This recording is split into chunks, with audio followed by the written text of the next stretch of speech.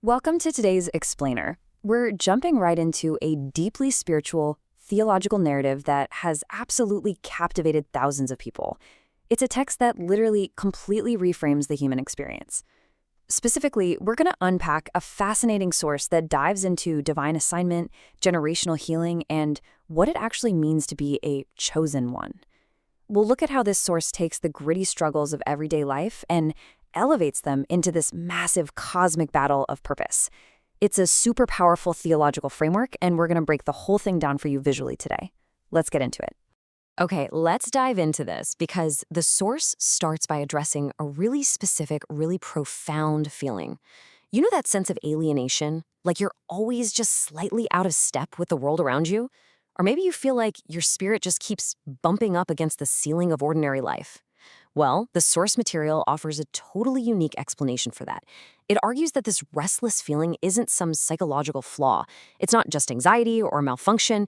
Instead, it frames that exact feeling as proof of a higher calling, like a seal placed on you to keep you from settling for a life that is just way too small for your actual, real assignment. To really grasp this, the text essentially constructs a spiritual hero's journey for the human soul, mapped out across 4 distinct stages. We're looking at pre-formation in eternity, the physical hinge moment of birth, the early battles of childhood, and finally, present-day generational shifts. So let's walk through this timeline together. Phase 1. The divine blueprint before birth. According to this text, the story of a chosen one doesn't actually start in a delivery room. The source claims that your core identity, your purpose, your assignment, they were all finalized in heaven long before biology even entered the picture.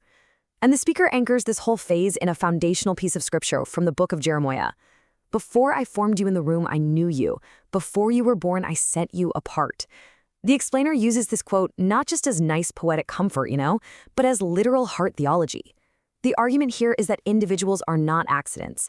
You were deliberately constructed for a highly specific moment in history. And that brings us to the core definition of the text.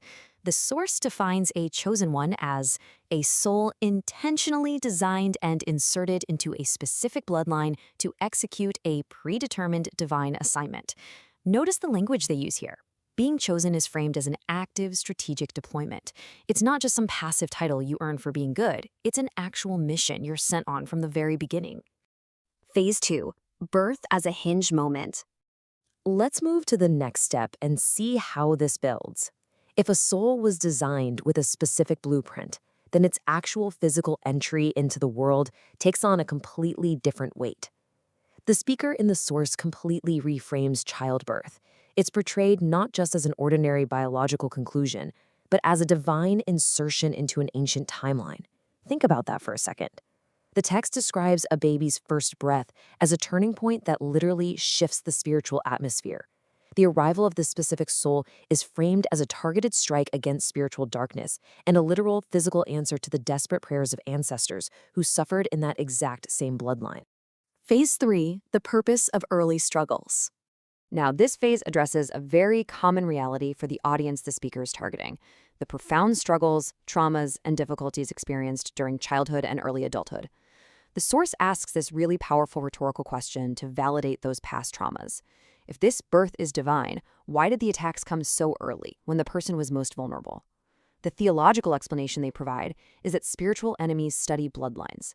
Because the soul was sent with such a heavy divine assignment, the darkness recognized the threat and moved early. It attempted to crush the calling before the individual even had the vocabulary to understand what they were fighting against. And this right here brilliantly illustrates how the source completely re-engineers perceived negative personality traits. Society might label a child as too sensitive, right? But the source reframes this as being given an instrument of perception.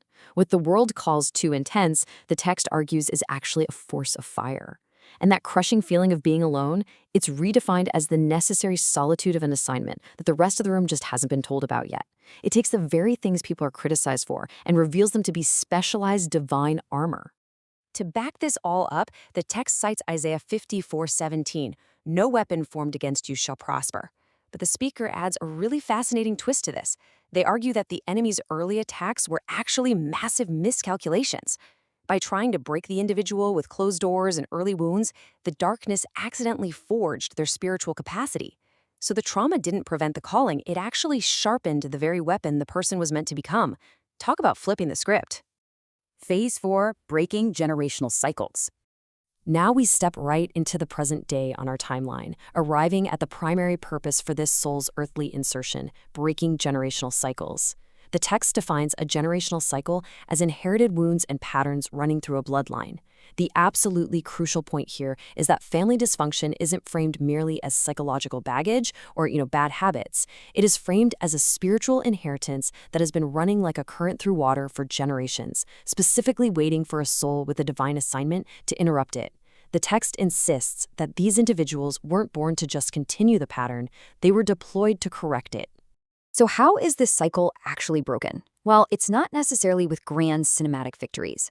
The source offers this deeply comforting assertion that endurance and ordinary faithfulness break the cycle from the inside. Literally, simply surviving the environment that should have destroyed them and refusing to pass that inherited trauma onto the next generation is the very act of breaking the generational curse. Surviving is the victory. Phase 5, receiving your true name.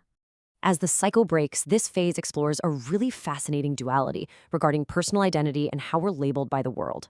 Now, what's really interesting about this slide is the sharp contrast it draws. On one side, you have the worldly name, chosen by parents, carrying human heritage, but often bogged down by societal labels based on our wounds. The sensitive one or the broken one. On the other side is the heavenly name. The text argues this name was spoken before birth, remains entirely untouched by worldly trauma, and holds the full blueprint and dimensions of your divine assignment. Basically, the worldly name is just a label. The heavenly name is an unchangeable spiritual identity. The speaker anchors this whole true name concept in the exact text from the book of Revelation. To the one who is victorious, I will give a white stone with a new name written on it. This represents the ultimate realization of someone's divine purpose. The source assures the listener that they don't have to carry those inaccurate names the world placed on them anymore, because their true name is already written in heaven. Phase 6, creating an eternal legacy. Finally, we look toward the future. What happens after the cycle is broken and that true name is accepted? Well, the source points toward the creation of an eternal legacy. The speaker outlines a logical progression, which we can call the arithmetic of generational change. Step 1, an individual refuses to carry the inherited wounds of the past. Step 2, they choose to walk fully in their divine assignment. And Step 3, by doing so, they literally shift the starting line for all their descendants. The core argument here is that one healed individual permanently alters the spiritual starting place for all future generations. The cycle stays broken. This explainer culminates in a really strong scriptural call to action from Isaiah 61, "Arise, shine, for your light has come." The source uses this verse to urge the listener to step fully out of hiding. It's presented as a demand to stop minimizing oneself and to embrace the heavy, beautiful weight of this predetermined assignment with total, unapologetic confidence. So what does this all mean? That leaves us with this final thought, summarizing the source's powerful theological narrative. If your entire life, every struggle, every feeling of alienation, and your very birth were all part of a divine setup designed to change the future of your bloodline, what will you do with your hidden name? It's a profound framework, for sure, one that turns ordinary endurance into epic spiritual victory. Thank you so much for joining me for this explainer, and I hope it gave you a really clear, structured view into this fascinating perspective. See you next time.